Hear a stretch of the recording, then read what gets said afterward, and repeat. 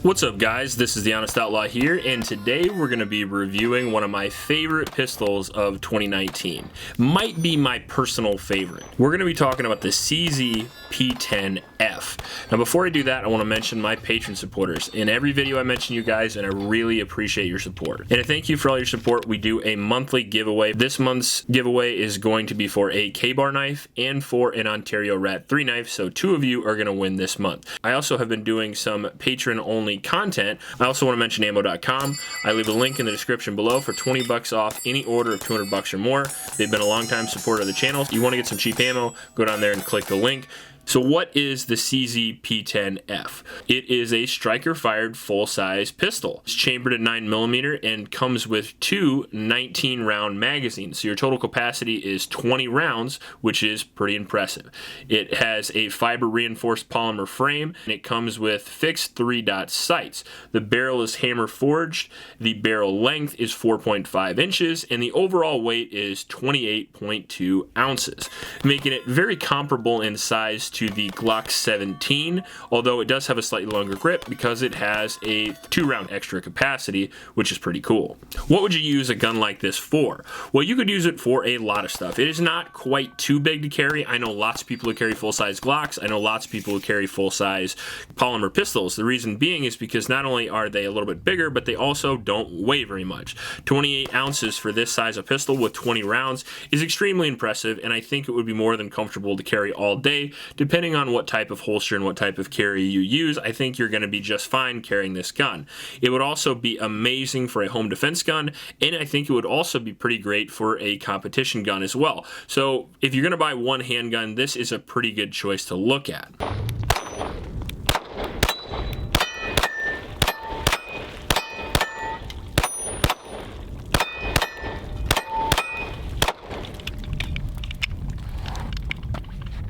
Now, as we begin the review, we're going to be talking about the most important category, and that is going to be reliability. And I have around 1,500 rounds for this pistol now. Usually I do a 500 to 1,000 round reviewing process, but this gun I loved so much that I shot 1,500, and I'm actually going to do a lot more to it. And out of all those 1,500 rounds, it was absolutely flawless, zero malfunctions whatsoever. I did have a couple of slide lock problems where it didn't lock the slide all the way back, but that is because my big old dumb thumbs have a tendency to ride the slide release right here, so that's my malfunction and not the actual pistol. As you can see right here, I did add some Talon grips, but I did add these after the 1,500 round shooting process was up. I just only very recently added these. I've decided I wanted a little bit more texture on the pistol, but we'll get to that in a minute. Now, the accuracy of the pistol was again excellent, and the reason for that is because of this awesome trigger of the P10 series. Now the P10C, as you guys know if you've seen that video, I loved the trigger, and it's the same awesome trigger in this gun as well. Significantly better than any other stock gun besides a few. I would say the VP9 and the PPQ and maybe even a Canic Elite would match this trigger, but it's going to be definitely better than your average M&P or especially a Glock trigger coming right out of the box.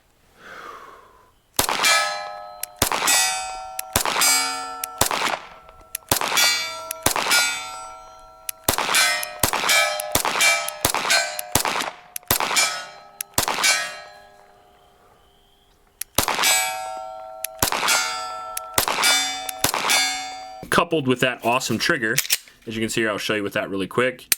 So it's got a fairly light, fairly crisp break, and it's got a really short reset that helps you do all that speed shooting.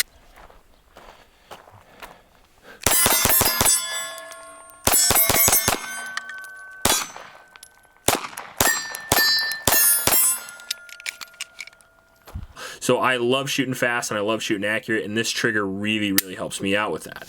Also, it comes with pretty decent sights. Now, I don't always love the 3-dot setup. I would actually prefer to have a blacked out rear with just a dot in the front, especially a fiber optic dot, which is actually what I'm going to be changing these sights to in the future. I really do like, though, that they made it a slightly thinner front sight than most of the stock pistols you'll find.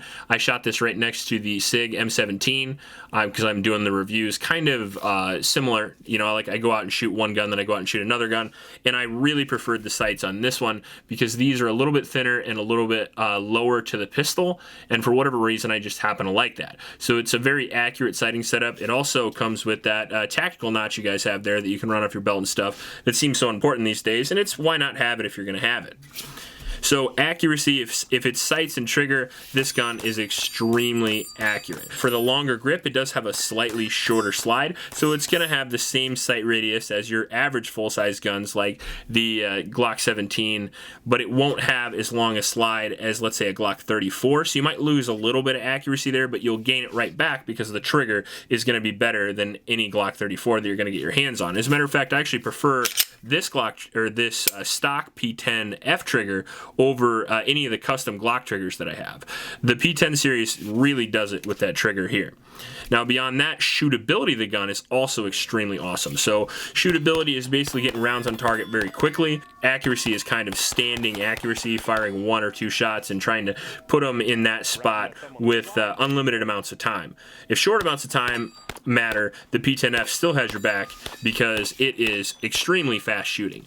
Now, the first step to get a really fast shooting gun is going to be getting that trigger in order, because you can't shoot a gun fast if the trigger is too long and you have to, you know, if you have to reset the trigger all the way out here and then pull it all the way back, the further distance between 2 points, the longer it's going to take to get there. So it does have that short resetting trigger, which I really like, and it also has a very low bore axis, which I really like.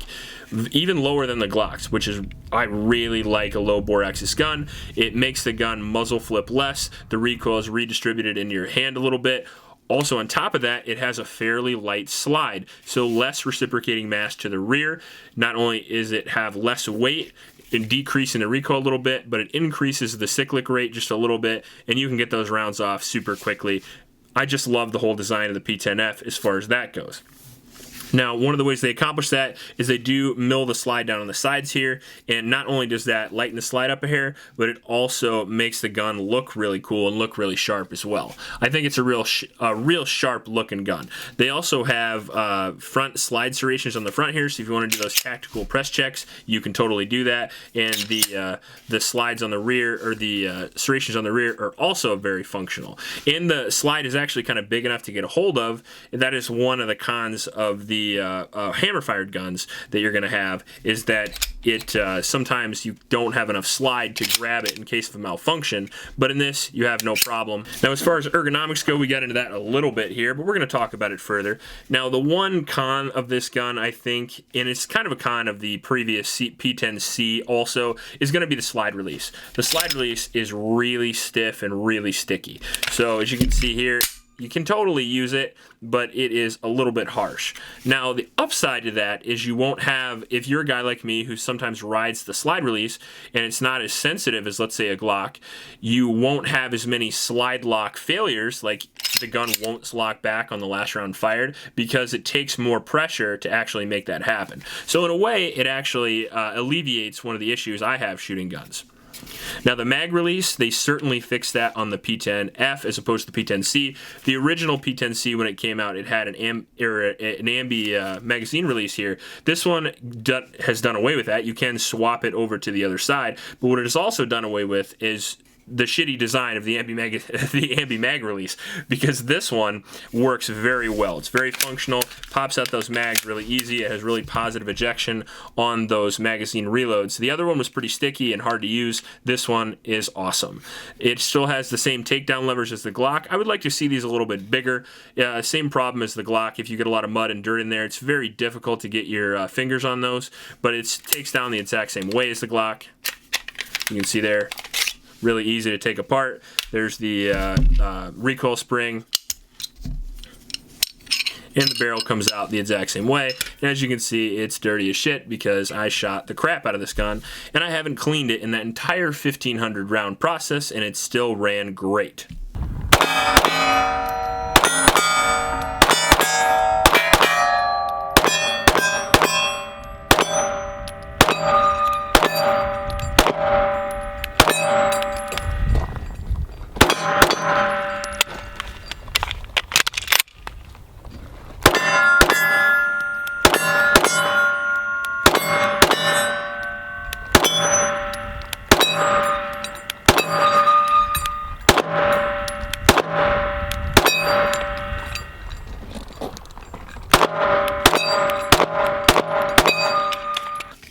would have to say another con of the gun, at least for me, is going to be the grip texture here. Now, I complain about grip texture in every single one of my videos. Unless it's like a M&P 2.0, I'm not happy. So most people are going to be perfectly happy with the grip texture of this gun. As you can see in all the shooting footage that I'm going to put up here during this video, I didn't have these Talon grips on. I used the standard texture, and it obviously worked just fine. However, I'm not happy with just fine. I want the best, so I added a little bit more Talon grips here, and then probably in the future, I'll probably send this to either Rook Customs or Legion Precision, and I'll probably have some silicone carbide put on this guy.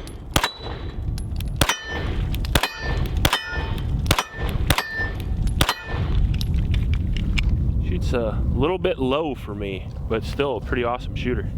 One thing I really like about the P10 series is going to be the trigger undercut that you see right here. Holy crap, is that so much better than any Glock you'll ever find. You won't get any Glock knuckle with the CZ P-10F because the trigger guard is so nice and it's so easy to choke up high. That's one of the things that this gun was really designed around. Get a very high, very positive grip. That way you can shoot really quickly and really effectively. Another thing I like is it's got the pick rail here that you can put any type of Picatinny accessory, and it's got 2 slots here so you can adjust it and use different lights and mounts and things like that. The price you would think would be a lot because it comes with a lot of accessories that a lot of handguns don't out of the factory, and that's kind of a big thing with 2019. You got the FN 509 series, even 2018 too, I guess. But this gun only comes in at around $500 MSRP, and I've seen these for as low as $400. There are a couple guys that I work with a lot, BN Hunting. I think they just did I didn't get this from them, but I think they just did a sale a while back where they were selling these for under $400. So if you want to get a hold of one of these, it is not that hard, and believe me, it is totally worth the money. Out of all the polymer frame pistols on the market, I think this one is probably the best value for your money as far as a full-size gun that you're going to be able to get. For $400, you get an excellent pistol that's lightweight, it's very reliable, it's super accurate, it shoots really fast, and most, if not all, the accessories that the average person is going to need already on the gun. I'm a big fan of that value because a lot of times you'll buy a Glock and you'll have to put sights on it, you have to put a trigger on it, you have to put all kinds of stuff on it, and most people don't want to do that. Even with M&Ps, they get a little bit better with the M&P, you know, but you still might have to change the trigger. With this one, you really don't have to change much, if at all. Personally, just me, because I'm crazy, I'm putting grip texture on it, and I'm going to change the sights because I really like a high definition front sight. Other than that, the gun is absolutely excellent. For somewhere between $400 and $500, it's a hell of a steal. I can't say enough good things about it. I love the gun. Eventually, I'm going to have to get a threaded barrel too, because I got this gun right away.